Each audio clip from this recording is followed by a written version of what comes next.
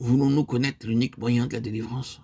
Ce ne sera jamais en tournant autour de nous-mêmes, en étant occupés avec nous-mêmes, en réglant nous-mêmes nos problèmes, en simplement pleurant et en nous lamentant sur nous-mêmes.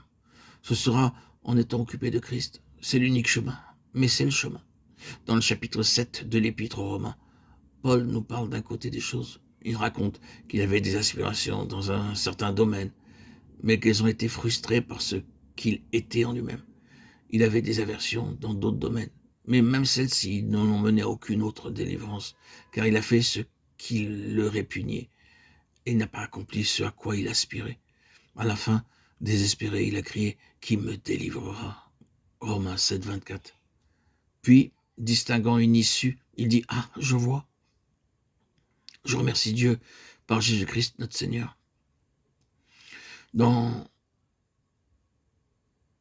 l'original de la version anglaise, au verset 25, il n'y a pas de subdivision en chapitres.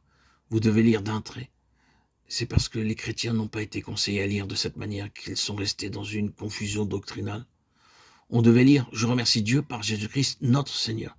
Il n'y a donc maintenant aucune condamnation pour ceux qui sont. Romains 8, 1, version anglaise. Dans une inspiration à ressembler à Christ, voilà. Et une lamentation sur leur si grande différence d'avec Christ. Pour ceux qui sont en Christ, Jésus. Pourquoi aucune condamnation? Parce que Dieu regarde au seul, en qui il n'y a pas le moindre motif de condamnation. Et il dit, votre délivrance consiste à être occupé avec le fondement où on ne trouve aucune condamnation, Christ. Ici se trouve tout le secret de la vie du croyant. Notre plus grand besoin est d'être délivré de nous-mêmes en Christ. Nous trouvons là toutes les intentions et tous les projets de Dieu à l'égard de son Fils. C'est Christ en vous, l'espérance de la gloire, Colossiens 1, 27. Qui est le grand secret? Et il n'existe aucune autre espérance de gloire nulle part ailleurs. Que cela signifie-t-il?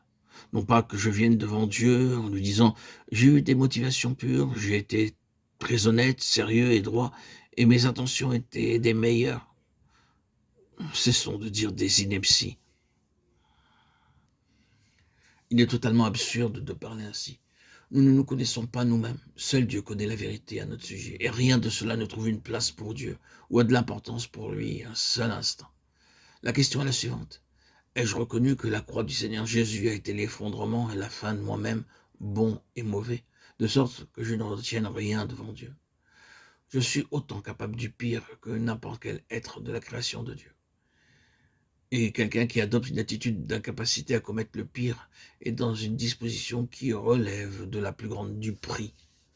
Nous ne connaissons pas la force qui est en nous, jusqu'à ce que nous soyons mis en sa présence. Si nous n'avons jamais commis le pire, c'est parce que, par la grâce de Dieu, nous n'y avons jamais été confrontés. Mais tout est bien là.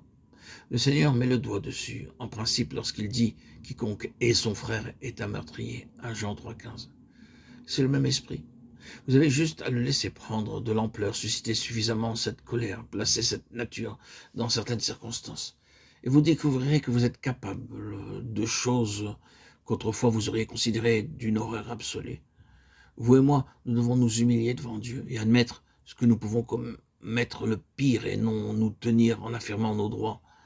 Du point de vue de Dieu, Christ est le seul juste. Christ est le seul qui est sûr et par conséquent le seul qui se tient debout aux yeux de Dieu. C'est Christ. Et c'est ainsi que vous et moi, dans toute la faillite, la fragilité, la consciente faiblesse et l'humilité de nos propres êtres, nous trouverons l'issue. La délivrance, le salut en étant agrippé à Christ par la foi. Nous devons examiner plus en profondeur les paroles de Dieu pour voir des choses plus grandes que ce qu'elles indiquent de prime abord.